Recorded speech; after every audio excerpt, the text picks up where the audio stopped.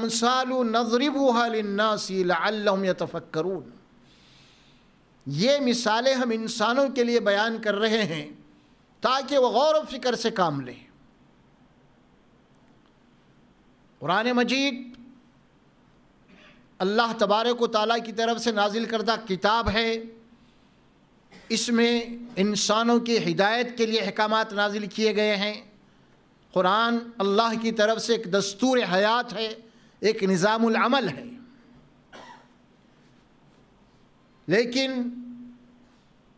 آج جس دور سے ہم گزر رہے ہیں صورتحال کچھ مختلف ہے ہماری۔ آج قرآن مجید کو صرف ایک برکت، ایک ثواب کی کتاب بنا لیا گیا ہے۔ اصل کتاب کا جو مقصد ہے وہ انسانوں کو گمراہی سے، تاریکیوں سے نکال کے ہدایت پہ لانا اور قرآن کے مطابق زندگی گزارنا۔ قرآن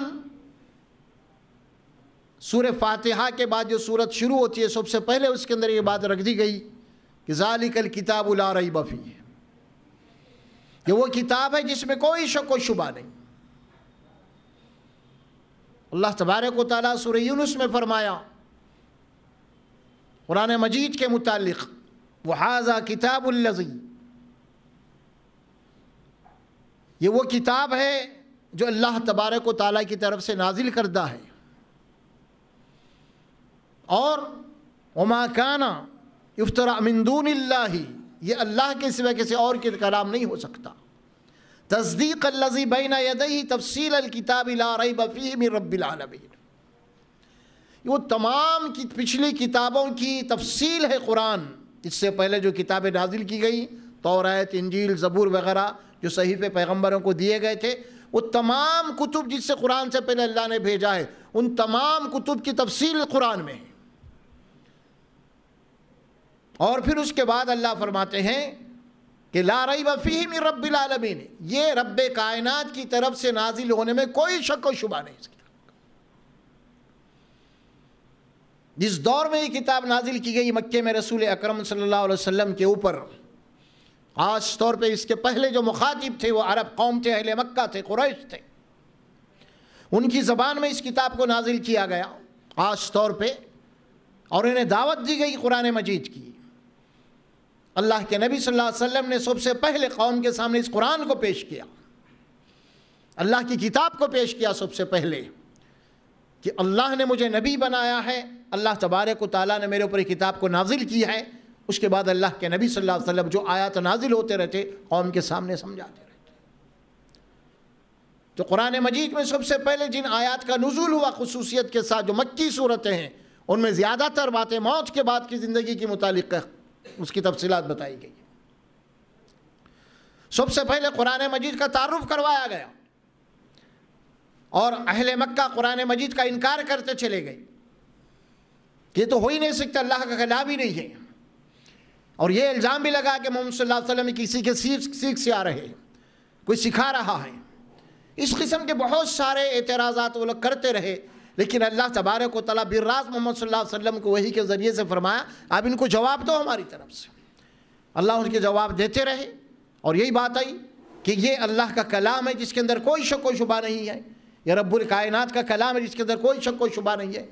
کبھی تو انہوں نے کہا کہ کسی جن کا کلام ہے، کبھی جو مشرکین اہل مکہ نے کہا یہ تو کوئی شیطان کا کلام ہے، کبھی تو کہا کوئی کاہن کا کلام ہے، اللہ کا کلام۔ یعنی قرآن مجید کے اوپر اعتراضات ہوتے رہے، اور اللہ تبارک و تعالیٰ اس کے جوابات دیتے رہا، اور وہ جوابات آج بھی قرآن مجید کے اندر موجود ہیں پورے کے پورے۔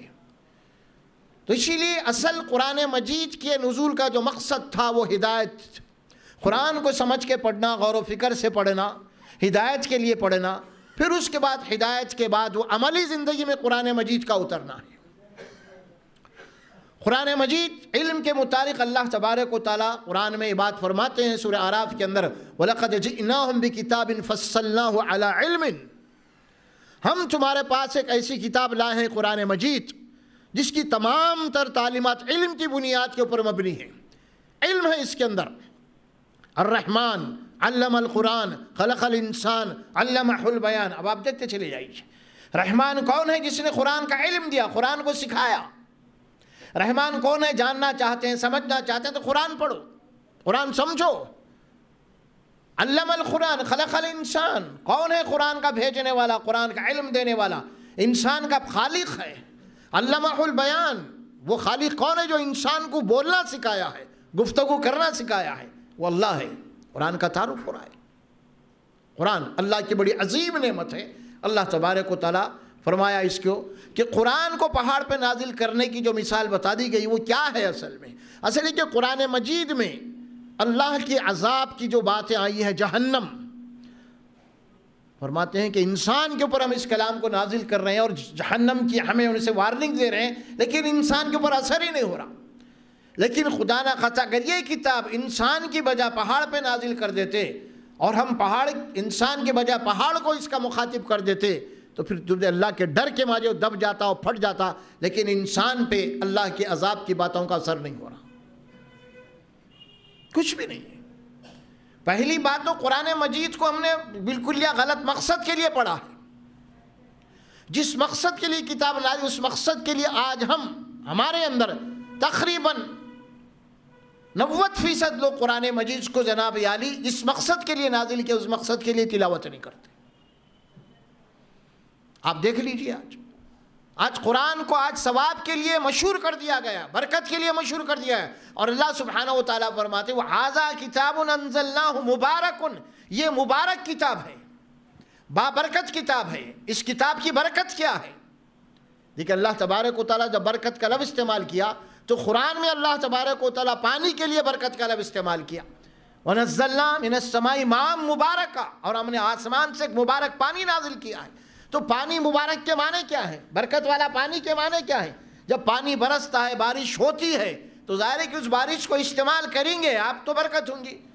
ایک کسان ہے، ایک کاشتکار ہے، جب بارش ہوتی ہے اس کے کھیت میں، اس کے زمین میں، اگر وہ کاشتکار جا کے ہل نہیں چلائیں گا، وہاں پہ محنت نہیں کریں گا، بیج نہیں ڈالیں گا اور وہاں پہ حفاظت نہیں کریں گا اپنے فصل کی، تو وہ پانی اس کے لیے برکت کا بن ہی نہیں سکتا۔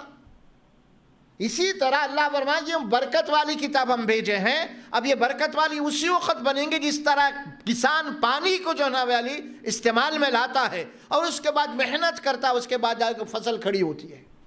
یہ نہیں کہ برکت کا پانی اس کے کھیت میں بھی جناب عالی برس گیا، نازل ہو گیا اور فصل ایک اٹھ گئی اور فصل کٹ گئی، ایسا تو نہیں ہے۔ ایک کاشتکار یہ پوری جو محنت کرتا ہے، اسی طرح قرآن میں جو بات اللہ کہی، قرآن کو برکت کی کتاب جو بات کہا گیا اس کا مقصد یہی ہے، ایک برکت کی کتاب ہے، یعنی اس کے اندر جو ہدایت، جو قوانین تم کو دیے گئے ہیں، اگر تم اس کے اوپر چلو گے تو یقیناً تمہاری زندگی دنیا اور آخرت میں برکت والی ہو جائے گی۔ اور یہ خیر و برکت جو ہے یہ خود عربی الفاظ ہیں۔ یہ برکت کے معنی یہ ہوتے ہیں کہ کسی معاملے میں زیادہ ہو جانا۔ اب اللہ تبارک و تعالیٰ جو بات فرمایا تھے کتاب انزلناہ الیک مبارک، اب اس کی وضاحت ہوتی ہے دوسرے مقام پہ سورہ سواد میں، کتاب انزلناہ الیک مبارک، ہم یہ تمہاری طرف مبارک کتاب بھیجے ہیں، لیدبروا آیاتہ۔ اب یہ مبارک کب بنے گی؟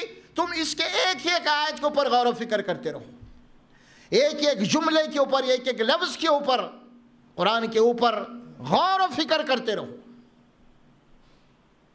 غور و فکر بات کریں گے، لیدبروا آیاتہ ولیتذکر اولو الالباب۔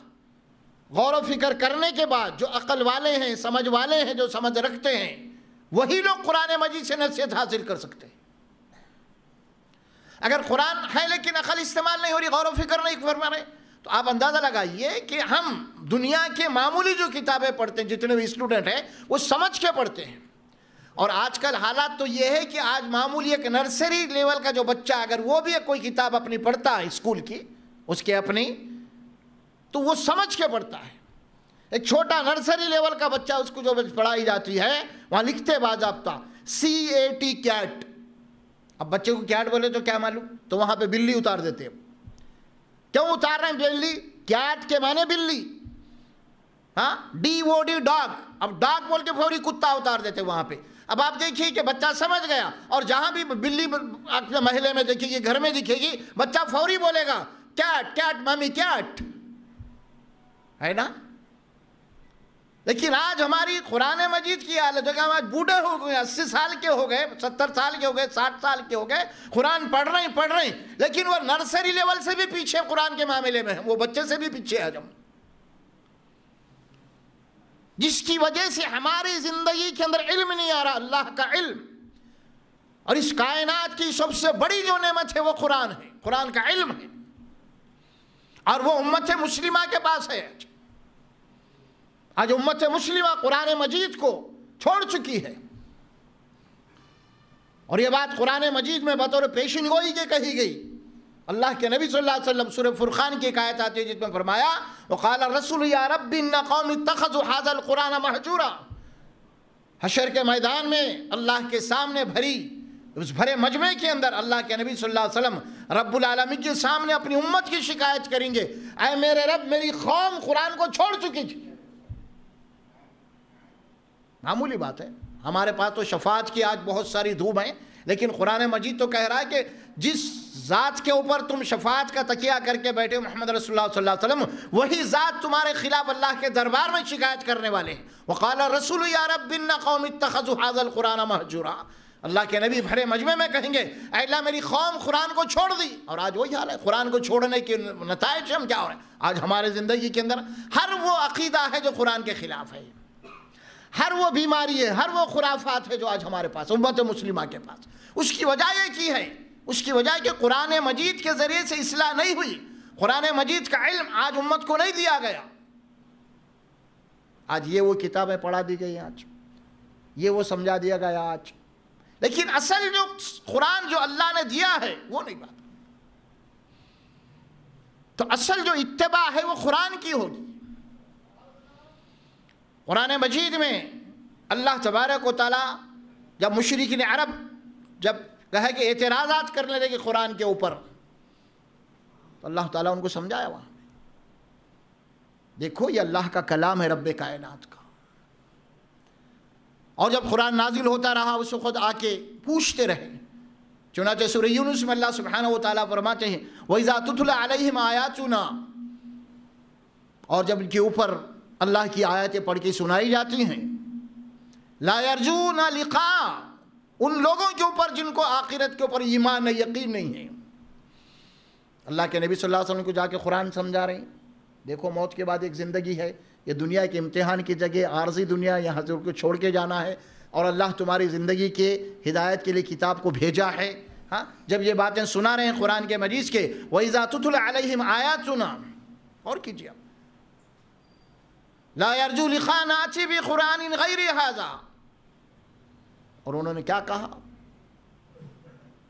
جب محمد صلی اللہ علیہ وسلم قرآن پیش کر رہے ہیں، تو انہوں نے قوم نے آپ کو یہ بات کہی، اللہ کے نبی صلی اللہ علیہ وسلم کی طرف مخالفت بھی ہو رہی، قرآن کی دعوت بھی پھیل رہی ہے، اور اس زمن میں مشرکین کے کچھ لوگ بااثر لوگ آئے محمد صلی اللہ علیہ وسلم کے پاس، وفد بنا کے آئے کہ چلو محمد صلی اللہ علیہ وسلم میں کچھ گفتگو کریں گے۔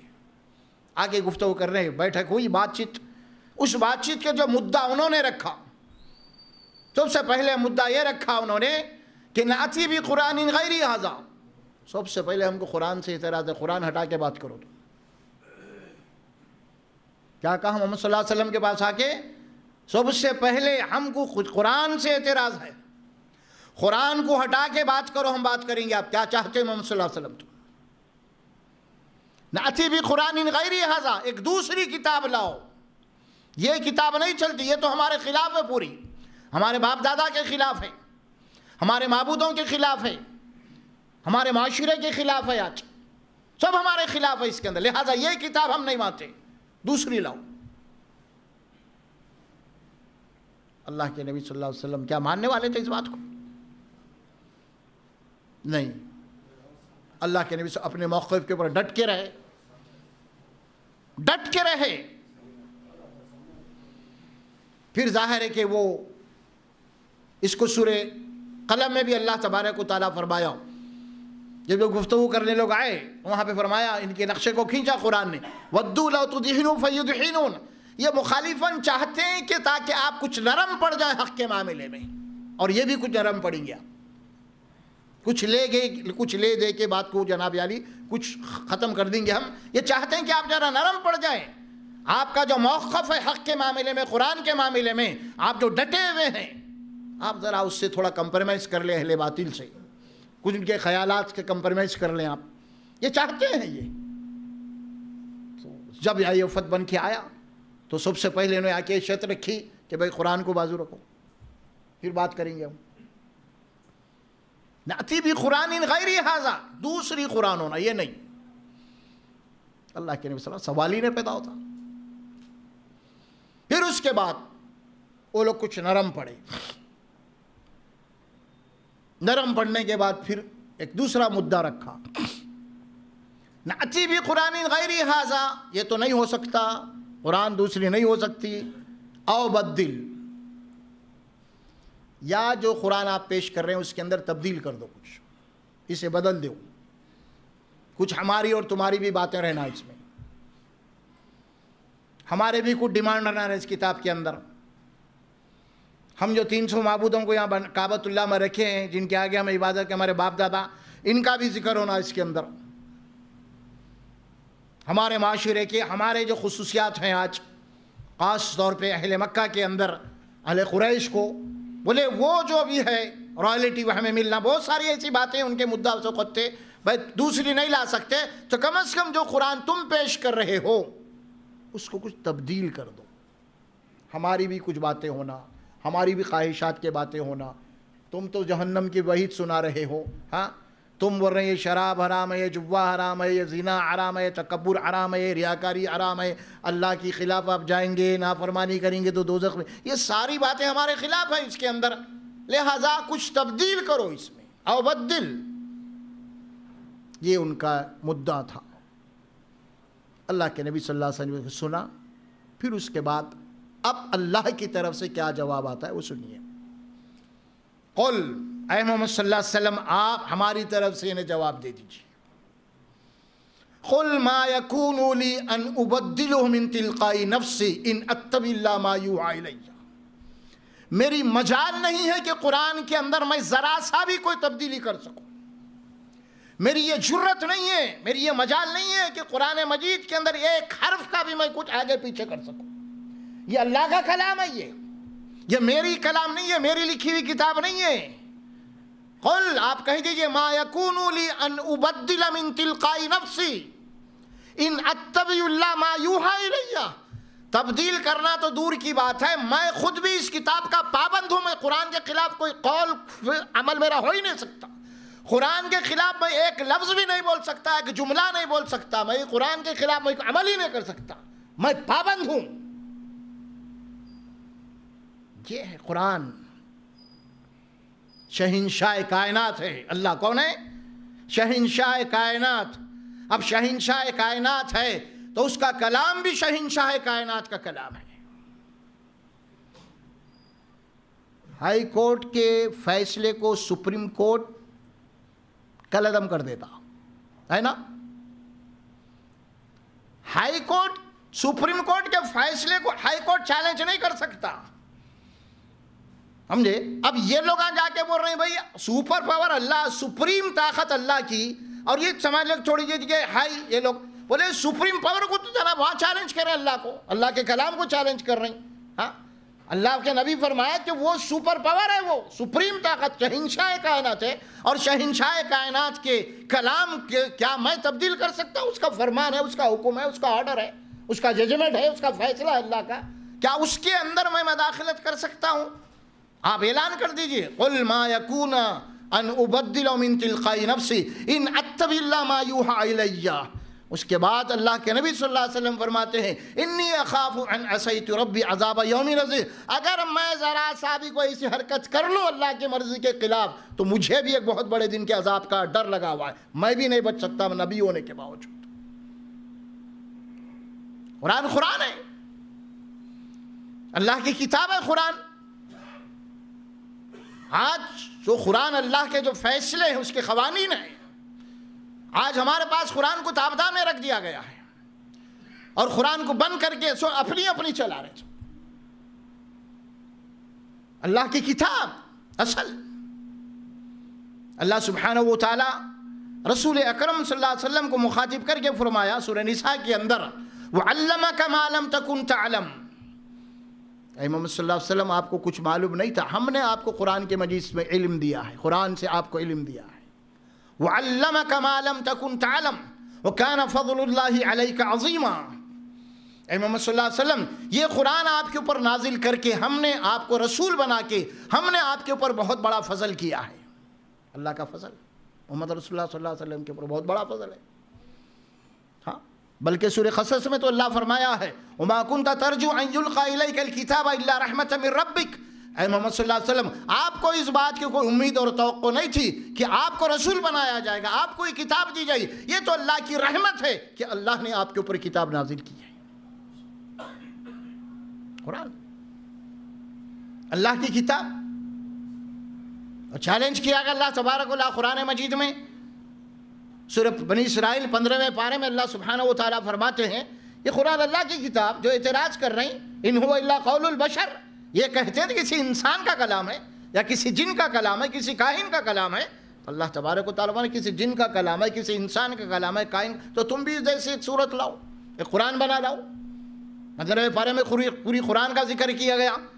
قل لئن اجتمعت الانس والجن على ان ياتوا بمثل هذا القرآن لا ياتون بمثله ولو كان بعض لبعض ظهيرا، آپ چیلنج کر دو محمد صلی اللہ علیہ وسلم، تم بھی عرب ہے اور میں تو امی ہوں، مجھے تو لکھنا اور پڑھنا بھی نہیں آتا، تم تو پڑھے لکھے ہو، جن اور انسان پورے مل کے اس جیسے قرآن بنا لائے، آپس میں ایک دوسرے سے مل کے پیش کریں قرآن کو۔ نہیں،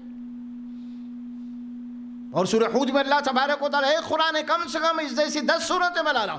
ام یقولون افترا، یہ کہتے ہیں کہ محمد صلی اللہ علیہ وسلم کسی سے سیکھ کیا ہے، قرآن اللہ کا کلام نہیں۔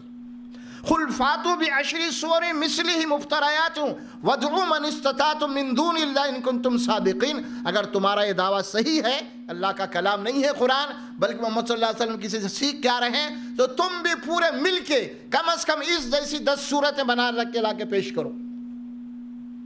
لاؤ بعشر سور، 10 صورتیں لاؤ بنا کے۔ فَإِن لَّمْ يَسْتَجِيبُوا لَكُمْ، اللہ فرماتے ہیں قیامت تک کے بھی کوئی اس چیلنج کو قبول نہیں کر سکتا، کیونکہ اللہ کا کلام ہے، مخلوق کا نہیں ہے۔ اللہ بول دیے وَإِن لَّمْ يَسْتَجِيبُوا لَكُمْ، یہ نہیں قبول کر سکے محمد صلی اللہ علیہ وسلم اس چیلنج کو کبھی بھی۔ فَاعْلَمُوا أَنَّمَا أُنزِلَ بِعِلْمِ اللَّهِ، تو پھر اس بات کو جان لو یہ قرآن اللہ کا علم ہے، اللہ کا علم ہے۔ اعلان ہو گیا۔ فَلْيَأْتُوا بِحَدِيثٍ إِن كَانُوا صَادِقِينَ، سورہ طور میں فرمایا کوئی ایک بات تو پیش کرو کم از کم قرآن جیسی، تم لوگ کچھ نہیں۔ قرآن اللہ کے نبی صلی اللہ علیہ وسلم انسانی کلام۔ سورہ الحاقہ میں اللہ تبارک و تعالیٰ فرمایا کہ یہ قرآن ایک معزز فرشتے کا لایا ہوا کلام ہے، رسول کریم۔ پھر اس کے بعد اللہ فرماتے وما ہوا بقول شاعر، یہ کسی شاعر کا کلام نہیں ہے۔ کیوں یہ بات کہی گئی؟ شعر شاعری وہ زمانے میں بہت تھی، شاعری،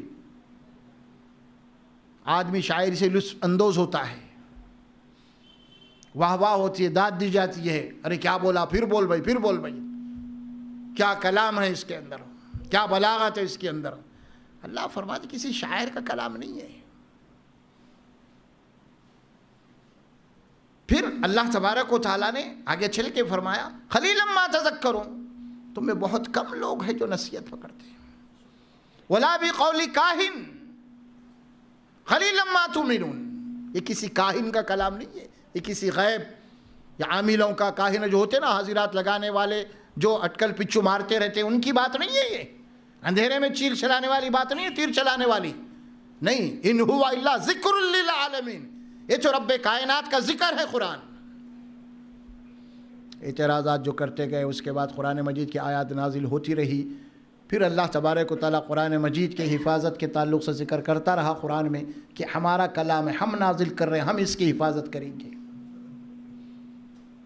دیکھیے اب مشہور آیت قرآن مجید کے حفاظت کے سلسلے میں جو آتی ہے آپ کو سورہ الحجر میں، اِنَّا نَحْنُ نَزَّلْنَا الذِّكْرَ وَإِنَّا لَهُ لَحَافِظُونَ، ہم ہی اس قرآن کے نازل کرنے والے اور ہم ہی اس کے محافظ ہیں۔ قرآن مجید کے جو نزول کا جو معاملہ ہے، ذالک الکتاب لا ریب فیہ، جو بات کہی اللہ کی طرف سے ہونے میں یہ قرآن کوئی شک و شبہ نہیں ہے، اللہ کی کتاب ہونے میں کوئی شک و شبہ نہیں ہے، اس کے اندر جتنی باتیں بتا دی گئی اس کے حق ہونے میں، سچ ہونے میں کوئی شک و شبہ نہیں ہے۔ اب یہ ساری باتیں بتانے کے بعد اللہ تبارک و تعالیٰ قرآن مجید کی حفاظت، یہ وہ کتاب ہے جس طرح نازل ہوئی اسی طرح نازل ہونے میں کوئی شک و شبہ نہیں۔ اللہ بنی اسرائیل میں فرماتے ہیں 15ویں پارے کے اندر، وَبِالْحَقِّ أَنزَلْنَاهُ بِالْحَقِّ نَزَلَ، وَبِالْحَقِّ أَنزَلْنَاهُ بِالْحَقِّ نَزَلَ، جیسے آسمان سے قرآن اتارا گیا ہے بالکل ٹھیک اسی طرح کتاب میں محفوظ ہے، کہیں گڑبڑ نہیں ہوئی اس میں۔ اور پھر اس زمانے میں جو کتاب کا معاملہ تھا، سب سے پہلے اللہ کے نبی صلی اللہ علیہ وسلم کی بات فرمائی گئی سورہ شعراء کے اندر۔ اللہ سبحانہ وتعالیٰ فرماتے ہیں کہ اس قرآن کو ہم نے سب سے پہلے محمد رسول اللہ صلی اللہ علیہ وسلم کے قلب اطہر کے اوپر نازل کیا، نزل بہ الروح الامین علی قلبک،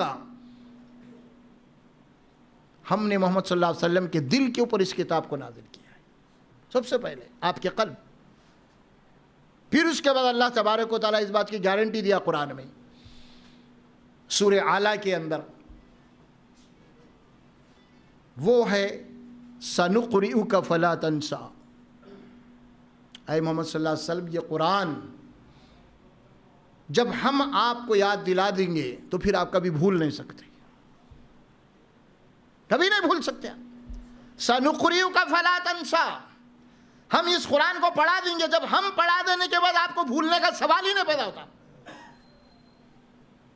آج آپ کے پاس جتنے بھی الیکٹرانک آئٹم ہیں، آج وہ دور میں تو سوال ہی نہیں تھا قرآن، وہ دور میں قلمی دور تھا، اور اس دور کے اندر لکھنا پڑھنا بہت لوگ ہی نہیں تھے، پھر قلمی معاملے میں غلطی بھی ہوتی، طرح طرح کی بہت سارے اشکالات پیدا ہوتے ہیں، لیکن قرآن مجید کی صحت کے معاملے میں، قرآن مجید کی حفاظت کے معاملے میں اللہ تبارک و تعالیٰ قرآن میں اتنی تفصیل سے بات بتایا ہے کہ پوچھئے مت۔ اب سب سے پہلے رسول اللہ کے دل میں قرآن کو اتاری گئی، پھر اللہ فرمائے کہ ہم آپ کو قرآن پڑھا دیں گے، پھر آپ کبھی بھول بھی نہیں سکتے۔ پھر رسول اکرم صلی اللہ علیہ وسلم کی ذاتی کوشش تھی کہ جب فرشتہ قرآن لے کے اترتا اس وقت آپ صلی اللہ علیہ وسلم قرآن کو جلدی جلدی جناب حفظ کرنے کی، یاد کرنے کی کوشش کرتے، جس کا ذکر اللہ تبارک و تعالیٰ سورہ طٰہٰ میں اور سورہ القیامہ میں کیا، اور سورہ قیامہ میں تو اللہ سبحانہ و تعالیٰ فرماتے ہیں لا تحرک بہ لسانک لتعجل بہ، اے محمد صلی اللہ علیہ وسلم آپ اپنی زبان کو قرآن مجید جلدی جلدی یاد کرنے کے لیے اپنی زبان کو حرکت مت دیجیے آپ، لتعجل بہ ان علینا جمعہ وقرآنہ، کیونکہ قرآن کا جمع کرا دینا ہمارے ذمے ہے، آپ کے ذمے نہیں ہے یہ۔ فَإِذَا قَرَأْنَاهُ فَاتَّبِعْ قُرْآنَ، اور جب قرآن ہم آپ کو پڑھوا دیں گے تو آپ کا کام ہے کہ آپ قرآن کے پیچھے چلتے رہیے۔ ثُمَّ إِنَّ عَلَيْنَا بَيَانًا، اور پھر قرآن مجید کو کھول کے بیان کرنا بھی ہمارے ذمے ہے۔ اتنی کلیئر باتیں قرآن میں آتی ہیں آپ کو۔ تو یہ ساری باتیں جو آ رہی ہیں قرآن مجید کی عظمت کے متعلق، اس کتاب کی جو عظمت بتائی جا رہی ہے اس کا مقصد کیا ہے یہ بتانا۔ اتبعوا ما انزل الیکم، اتباع کرو، پیروی کرو، اس کتاب کو فالو کرو۔ اور قرآن مجید کی سورہ نحل کی ایک آیت دیکھیے، اس میں ایک چھوٹی سی بات ہے ذہن کے گھیٹی کھولنے کے لیے۔ اللہ کے نبی صلی اللہ علیہ وسلم کا ارشاد ہے جو کام بھی کرو تم چاہے چھوٹا ہو بڑا ہو بسم اللہ سے شروع کرنا۔ سبھی کو معلوم ہے نا بھائی، ہر کام بسم اللہ سے ہونا، لیکن قرآن مجید کی تلاوت بسم اللہ سے نہیں شروع ہوتی، اعوذ باللہ سے ہوتی۔ بسم اللہ سے پہلے اعوذ باللہ بولنا قرآن کے لیے، باقی کسی عمل کے لیے نہیں، ہر عمل کے لیے بسم اللہ ہے، لیکن قرآن مجید کی تلاوت کے لیے اللہ کا حکم قرآن میں یہ ہے سورہ نحل کے اندر وَإِذَا قَرَأْتَ الْقُرْآنَ فَاسْتَعِذْ بِاللَّهِ مِنَ الشَّيْطَانِ الرَّجِيمِ۔ اے محمد صلی اللہ علیہ وسلم، جب بھی آپ قرآن مجید کی تلاوت کرنا چاہیں گے، شروع کریں گے، کھولیں گے، تو سب سے پہلے شیطان مردود کے شر سے اللہ کی حفاظت میں آنے کے لیے دعا پڑھ کے پھر اس کے بعد بسم اللہ ہونا۔ سمجھے بات کو کیا ہے؟ کتنی گہری بات ہے یہ۔ ہر کام چھوٹا ہو یا بڑا ہو بسم اللہ سے شروع ہونا، لیکن قرآن مجید کی تلاوت بسم اللہ سے نہیں، اعوذ باللہ سے شروع ہوں گی۔ اس کی وجہ یہ ہے کہ سب سے زیادہ شیطان کو جو دشمنی ہے وہ قرآن سے ہے، وہ قرآن سے ہے، اور وہ قرآن کے پاس آنے نہیں دیتا آپ کو۔ کیوں کہ جس دن امت مسلمہ تمام انسان جس دن اللہ کی کتاب کو کھول کے پڑھنا شروع کر دیں گی تو شیطان کے پورے پیترے کھل جائیں گے، کیا ہے کون کیا کر رہا۔ آج جو کچھ بھی انسانوں کو لوگ جو گمراہ کر رہے ہیں، بھٹکا رہے ہیں، وہ اس وجہ سے بھٹکا رہے ہیں کہ ہماری اکثریت قرآن سے غافل ہے۔ شیطان ہم کو قرآن سے دور کر کے رکھ دیا اور اپنے اس میں گیم بالکل کھیل میں کامیاب ہو گیا وہ۔ اسی لیے اللہ تبارک و تعالیٰ کی حدیث بھی ہے، حضرت عبداللہ بن مسعود رضی اللہ تعالیٰ سے حدیث ہے کہ جب تم اہدنا الصراط المستقیم پڑھتے ہو تو صراط مستقیم کیا ہے؟ آپ صلی اللہ علیہ وسلم ایک لکیر کھینچ کے بتائے، ایک سیدھی لکیر کھینچی اور فرمایا کہ یہ صراط مستقیم ہے، اور اس کے آزو بازو آڑے ٹیڑے لکیراں کھینچ کے فرمایا یہ صراط مستقیم سے ہٹے ہوئے راستے ہیں، اور صراط مستقیم کا راستہ جو ہے وہ قرآن کا ہے، اور صراط مستقیم پہ سیدھا چلو، آزو بازو نظر مت ڈالو، آزو بازو شیاطین بیٹھے ہوئے جو تم کو قرآن مجید کے راستے سے ہٹانا چاہتے ہیں، سیدھے راستے سے کھینچ لینا چاہتے ہیں۔ اس لیے قرآن کی آیت بھی سورہ بنی اسرائیل میں آئی وَأَنَّ هَذَا الْقُرْآنَ يَهْدِي لِلَّتِي هِيَ أَقْوَمُ، یہ قرآن ہی وہ کتاب ہے جو تم کو صحیح اور سیدھے راستے کی ہدایت دیتی ہے، کوئی اور کتاب نہیں۔ باضابطہ تکرار کے ساتھ قرآن مجید میں اس بات کو بتا دی گئی ہے۔ تو قرآن اعوذ باللہ من الشیطان الرجیم، اے اللہ میں تیری پناہ میں تیری حفاظت میں آتا ہوں کیونکہ تیری کتاب پڑھ رہا ہوں، اور شیطان نہیں چاہتا کہ میں تیری کتاب پڑھوں۔ دیکھیے دونوں کو بھی سمجھنا ضروری ہے، اللہ کو بھی سمجھنا ضروری ہے، شیطان کو بھی سمجھنا ضروری ہے۔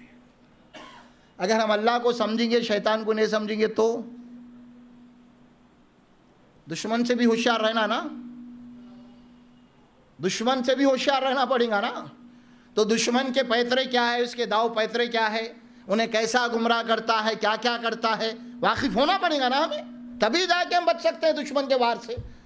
ہاں ہم تو شیطان سے واقف ہی نہیں ہیں، ہم شیطان بول رہے تو وہ سمجھ رہے ہیں، جن بھوت کو سمجھ رہے ہیں ہم، وارد ہو گیا، پاگل ہو گیا، وہ ہو گیا، وہ شیطان سمجھ رہے ہیں۔ ارے اصل شیطان تو یہ ہے آپ کو اہدنا الصراط المستقیم سے ہٹا رہا ہے، یہ اصل شیطان ہے، اس کو سمجھنا ہے۔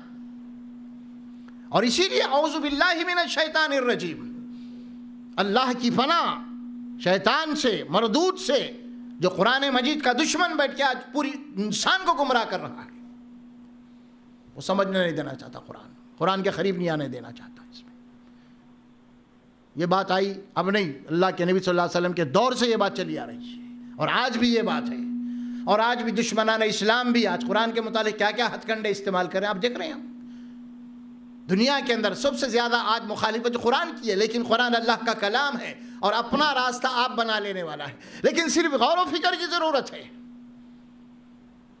جو آدمی قرآن مجید کو غور و فکر سے پڑھا، چاہے مسلمان ہو غیر مسلم ہو، اگر وہ غیر مسلم بھی ہے، اگر قرآن کے اوپر غور و فکر کر رہا ہے تو اللہ فرمایا کہ ہم اس کے سینے میں قرآن کو اتار دیں گے، کفر کو نکالیں گے، ہدایت کو داخل کریں گے۔ کتنے ایسے ہیں آج آپ سائٹ پہ دیکھ رہے ہیں، ویب سائٹ وغیرہ پہ، جو قرآن کے اسلام کے دشمن تھے، لیکن انہوں نے جب قرآن پکڑا دیکھا کہ ہے کیا بھائی، اگر لیکن مخالف دشمنی کے لیے قرآن پڑھا انہوں نے، لیکن جب دیکھا کہ بہت ساری باتیں ایسی ہیں کہ اس کے اندر کی ضمیر گواہی دے رہی ہے، تو آخر میں جناب علی وہ اس قرآن کے سامنے سر جھکا دیا۔ ایمان کیوں؟ غور و فکر کیا اس نے۔ آج ہمارے پاس غور و فکر نہیں ہے قرآن کے بارے میں، سرسری طور پہ کتاب پڑھی جاتی ہے اس کو، بلکہ یہاں تک یہ حالت ہو گئی کہ اس کو اب مرحومین کی کتاب بھی بنا دیا گیا۔ وہ قرآن ایصال ثواب. یا پھر آپ دیکھیں قرآن آئی تھی کہاں سے؟ اوپر سے آئی. اب انہوں جا رہے ہیں، انہوں انتقال جی صاحب کا ہو گیا، اب انہوں کہاں جا رہے ہیں؟ اوپر جا رہے ہیں. بھائی جہاں سے آئے تھے وہاں لے کے جاؤ بول دے رہے نکو یہاں پہ. یہ ہو گیا معاملہ. تو علم کی کتاب جو قرآن ہے، عمل کی کتاب جو قرآن ہے. اللہ کے نبی صلی اللہ علیہ وسلم نے قرآن مجید کے متعلق فرمایا، قرآن حدیث میں بات آتی ہے. دیکھیے اب دو ذکر کیا گیا حدیث میں. ان ھذا القلوب تصدو کما یصدو الحدید اذا اصابہ الماء.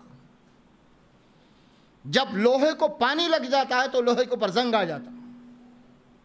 مثال دی اللہ کے نبی نے، لوہے کو زنگ آ جاتا ہے پانی کی وجہ سے. اور لوہے کو جب زنگ آ جاتا ہے تو معلوم ہے کہ لوہے کے اوپر سے زنگ کیسا نکالنا، آپ گیس کے تیل میں تھنر میں تو نکل جائیں گا. بالکل اسی طرح انسان کے دل کے اوپر بھی زنگ آ جاتا ہے. تو یہ لوہے کا زنگ تو معلوم ہے کیسا دور کرنا.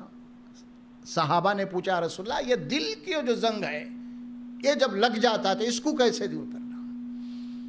وما جلاؤہا یا رسول اللہ، اے اللہ کے نبی صلی اللہ علیہ وسلم ہمیں بتائیے کہ آخر یہ دل کا زنگ کیسے دور ہوگا؟ تو دو اس کے نسخے بتائے اللہ کے. قال کثرت ذکر الموت و تلاوت القرآن، موت کو زیادہ یاد رکھو اور قرآن کو سمجھ کے کثرت سے پڑھو. بار بار پڑھو قرآن کو، سمجھ کے پڑھو قرآن کو. اللہ کی کتاب ہے، اللہ کی ہدایت ہے، یہ عمل کے لیے آئی ہے کتاب. دو باتیں فرمائے، قال کثرت ذکر الموت و تلاوت القرآن. اور ایک حدیث میں آپ نے فرمایا کہ ان الذی لیس فی جوفی شیء من القرآن کالبیت الخرب. جس مسلمان کے سینے میں قرآن مجید نہیں ہے، قرآن کا کوئی حصہ نہیں ہے، تو ایک اجڑا ہوا ویران گھر ہے. آج کیا ہے ہمارے پاس؟ ایک تصور ہمارے پاس یہ ہو گیا ہے. کچھ لوگ اکثر کبھی کبھی ہم بھی دیکھتے، آپ بھی دیکھے ہوں گے، صبح صبح شٹر کھلا ہوا ہے، نوکر آ رہے ہیں، جھاڑو مار رہے ہیں، جھٹک رہے ہیں، سیٹ ادھر ہے، ایک حافظ صاحب آ کے غلے پہ بیٹھے ہوئے قرآن پڑھنے. انہوں حافظ ہے آلریڈی، انہوں حافظ ہے، انہوں پڑھ لے رہے ہیں، انہوں سن رہے ہیں، اس کے بعد نکل کے چلے جا رہے ہیں. دودھ کا گلاس رکھا پی لے کے نکل کے برخاست جاؤ. ارے بھائی آپ حافظ الحمدللہ، پھر آپ پڑھ لے رہے ہیں، آپ خود آپ حافظ آئے، کئی کو پڑھے، کئی کو گائے، کئی کچھ سمجھ میں نہیں آیا قصہ کیا ہے.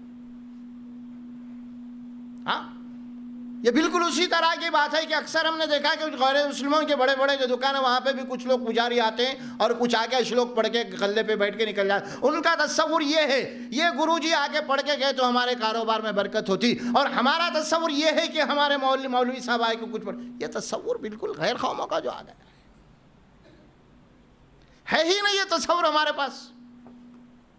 چلو بھائی حافظ صاحب آ رہے، قرآن مجید ہے، نوکرا ہے، کام کرنے والے ایک 10 آدمی ہے کام کر رہے ہیں، اور صبح صبح حافظ صاحب آ کے 10 آدمی کو قرآن مجید سکھا کے جا رہے ہیں. ٹھیک ہے چلیے، ہے نا؟ حافظ صاحب آ رہے ہیں، ایک 10 بچے کام کر رہے ہیں، بھائی آتے ساتھ بھائی بچے چلو 10 قرآن روزانہ سیکھو، تھوڑا 1 رکوع پڑھو، بہت اچھی بات ہے. لیکن کچھ بھی نہیں، وہ بچوں کو تعلق نہ، سیٹ کو تعلق نہیں. ارے حافظ صاحب آپ حافظ پھر آپ پڑھ رہے ہیں، یہ تصور کیا ہے؟ کون سے دیکھیے کوئی کام بھی آپ کرتے ہیں، انسان کا جو دماغ ہے اس کے اندر کوئی نہ کوئی مفاد ہوتا ہے، کوئی نظریہ ہوتا ہے، کوئی کانسیپٹ ہوتا ہے، کوئی تصور ہوتا ہے. تو اب یہ قرآن مجید کو اس انداز میں پڑھنا کیا تھا؟ اب ظاہر ہے کہ باضابطہ کچھ لوگ اب کمرشل ہو گئے اس سلسلے میں. اب آج کل کو معلوم ہے روزگار کا مسئلہ بڑا تیڑا چل رہا ہے، کاروبار نہیں ہے، اور کاروبار بھی چلے تو اونچ نیچ ہو جا رہے ہیں. اب کچھ لوگ بڑے آسان راستے نکال لیے، بھائی اس میں نو انویسٹمنٹ، سمجھ میں نو لاس، کچھ بھی نہیں، گئے کہیں پڑھ لیے نکل گئے. بہرحال اس قسم کے کیا ہو رہا ہے یہ معاملے کہ یہ باتیں بالکلیہ طور پہ سطحی باتیں ہیں، یہ بالکل اسلام کے جو بیسک ہے اس کے خلاف ہے.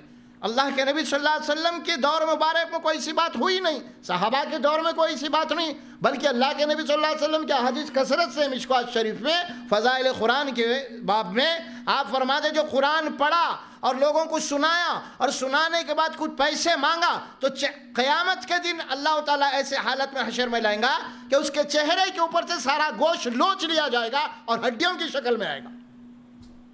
اللہ کی کتاب کو بیچ رہا تھا اس نے، اللہ کی کتاب پڑھ کے منگ رہا تھا اس میں. قرآن مجید میں یہودیوں کے متعلق یہ بات کہی گئی وَلَا تَشْتَرُوا بِآيَاتِ اللَّهِ ثَمَنًا قَلِيلًا، اللہ کی آیات کو تھوڑے سے پیسوں کے خاطر مت بیچو، تم دکانوں میں جا کے مت بیچو، گھروں میں جا کے مت بیچو، قرآن کی تعلیم دو، قرآن کا علم پھیلاؤ، یہ ہونا چاہیے۔ اس کے بجائے معاملہ الٹا ہو گیا۔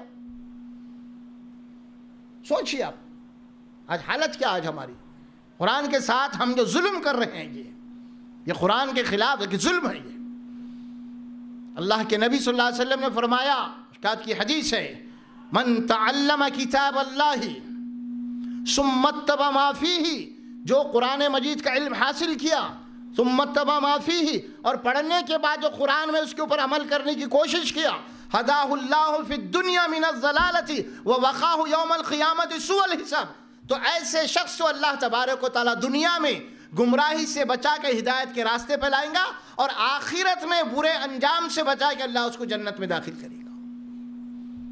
اور دوسری حدیث آتی ہے، من اقتدى بکتاب اللہ لا یضل فی الدنیا ولا آخرہ، من اقتدى بکتاب اللہ لا یضل فی الدنیا ولا یشقى فی الآخرہ، جو اللہ کی کتاب پڑھنے کے بعد اس کے مطابق عمل کرتا ہے، اس کی پیروی کرتا ہے، اسے فالو کرتا ہے، تو اللہ تبارک و تعالیٰ فرماتے ہیں ایسے شخص اللہ تبارک و تعالیٰ دنیا میں گمراہ نہیں کرے گا، لا یضل، گمراہ نہیں ہو سکتا، اور آخرت میں جنت سے محروم کر کے دوزخ میں نہیں ڈالا جائے گا۔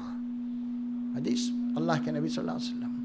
دوسری مسلم شریف کی حدیث آتی ہے جس میں اللہ کے نبی صلی اللہ علیہ وسلم نے فرمایا، بشارت دی اللہ کے نبی صلی اللہ علیہ وسلم کو، وَمَا اجْتَمَعَ قَوْمٌ مِّن بَيْتٍ مِّن بُيُوتِ اللَّهِ يَتْلُونَ كِتَابَ اللَّهِ وَيَتَدَارَسُونَ بَيْنَهُمْ إِلَّا نَزَلَتْ عَلَيْهِمُ الرَّحْمَةُ،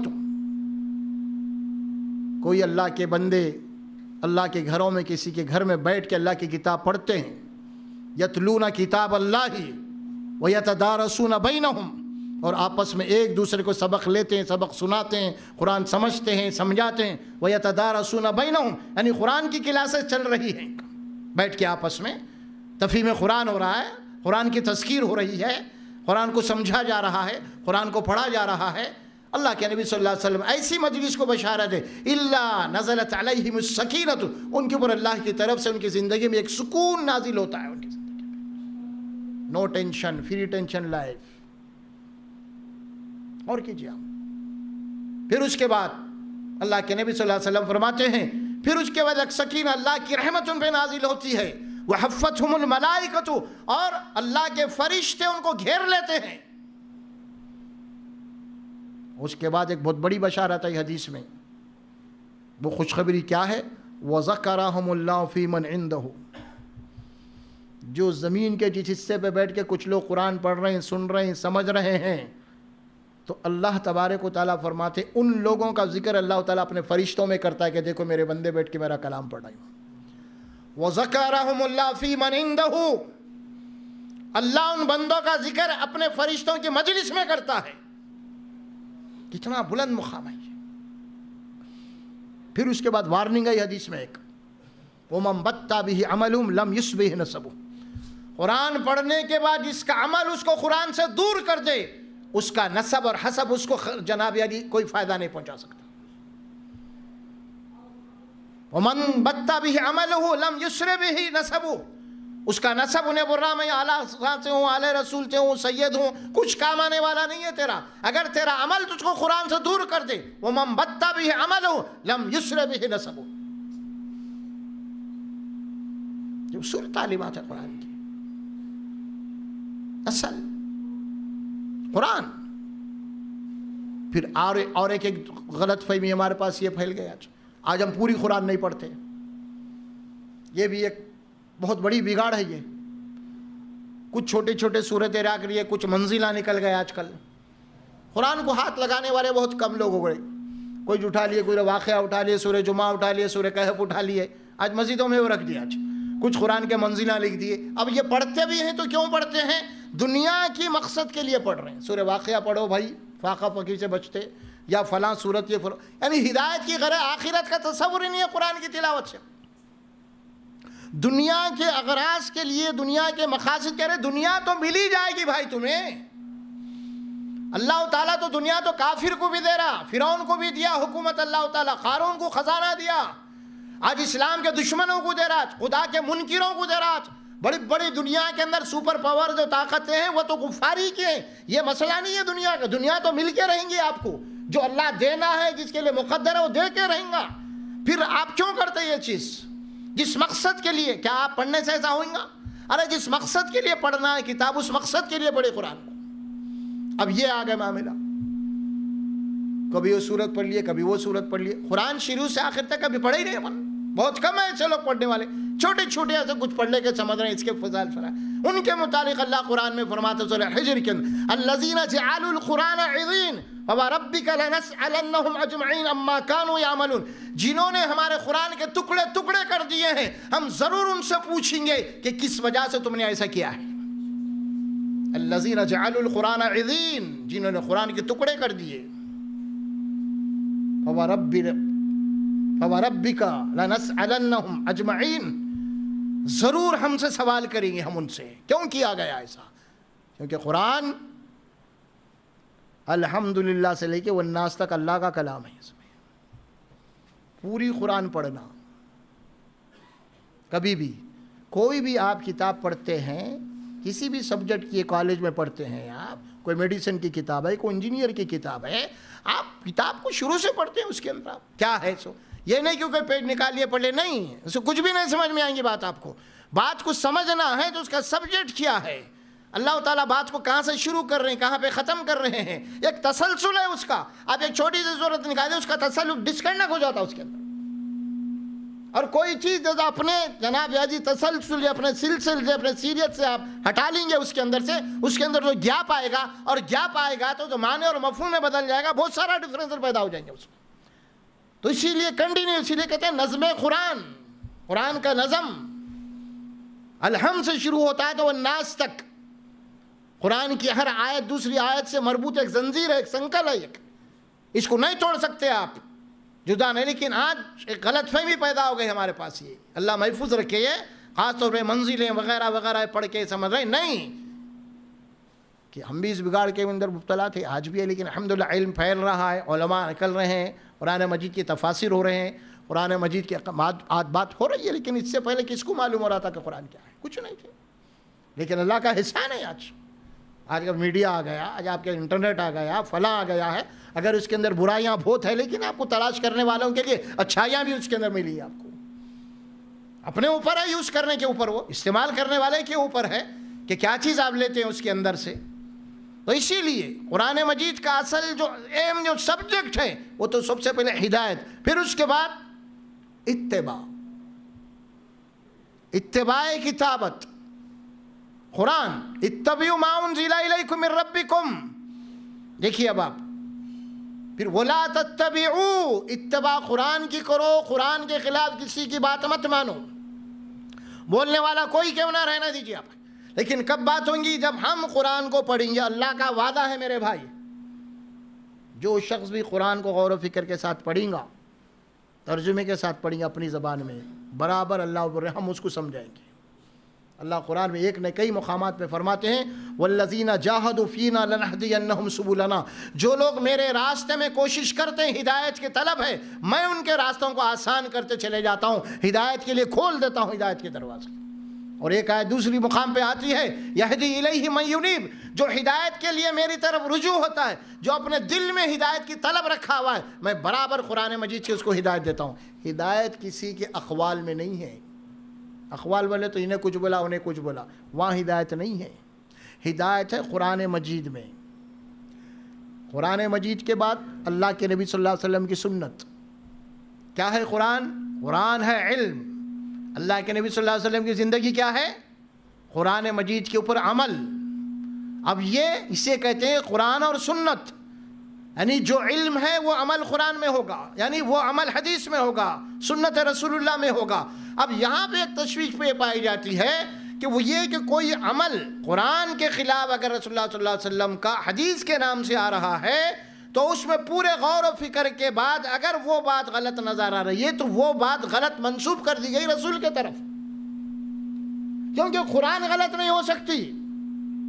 اللہ بول دیا اس کو, ہم اس قدر اس کی حفاظت کیے ہیں کہ آج بڑے سے بڑے کئی دشمن گزر چکے ہیں, لیکن قرآن مجید کے زیر و زبر میں آج تک فرق نہیں آیا,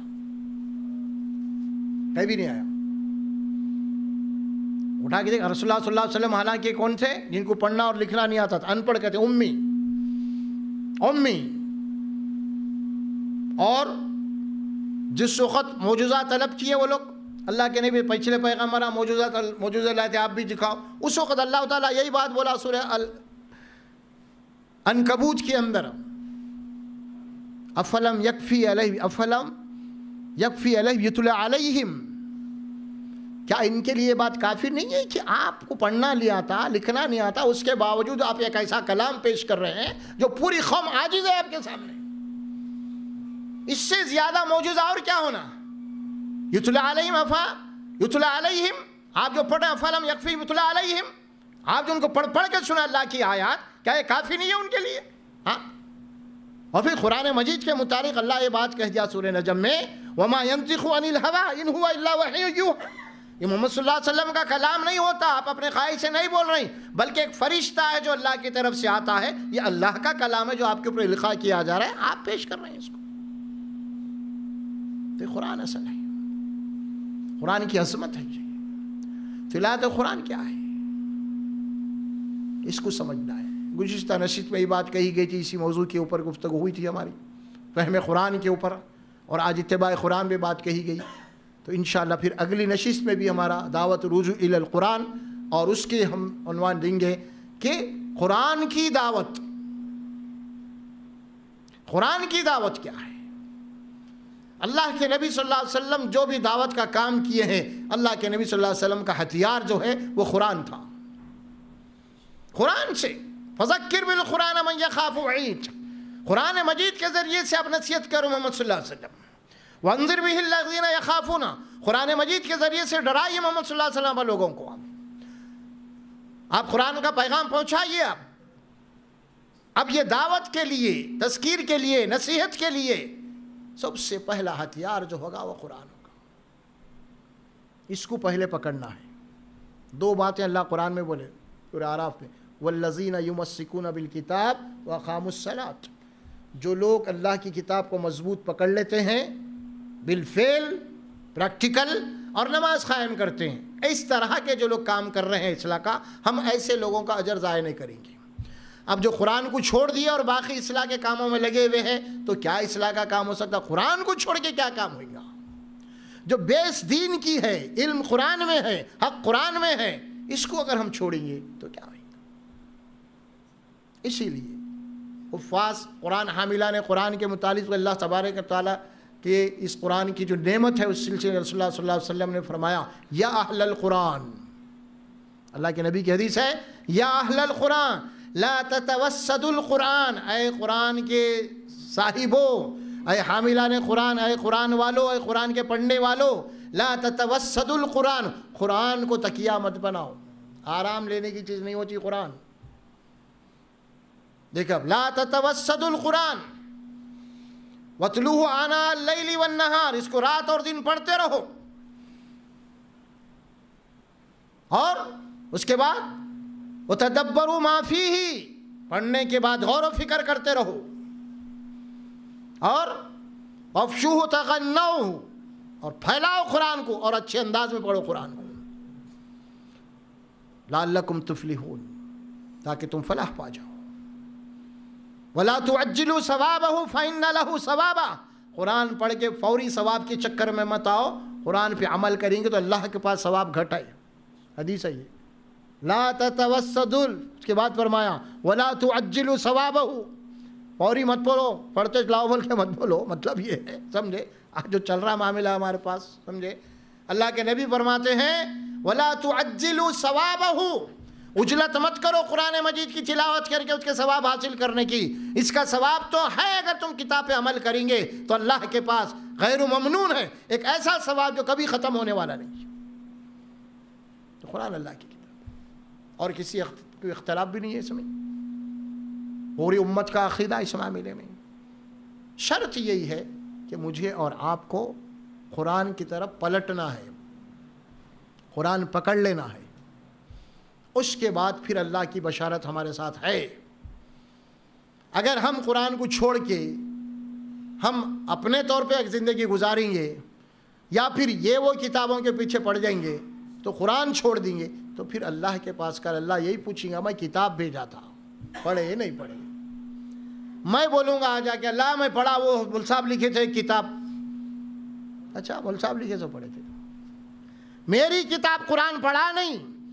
بھلا قد جاج کا آیا تھی, میری آیات میری کتاب تیرے پاس آ چکی تھی, میرے رسول کتاب پہنچا چکے تھے تیرے پاس, پڑھایا نہیں. یہی سوال ان کا اللہ کے پاس کا.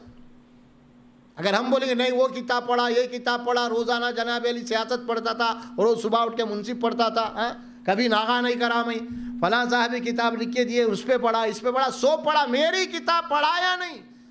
ہاں اگر آپ ہزاروں کتابیں پڑھ کے چلے جائیں گے لیکن اللہ کی ایک کتاب اگر آپ نہیں پڑھیں گے تو نجات نہیں مل سکتی کل. اگر آدمی دنیا میں کوئی کتاب بھی نہیں پڑھا لیکن اگر قرآن پڑھا ہے تو اس کی نجات ہے. یہ اصل یہ بیس بنانے کا ہے.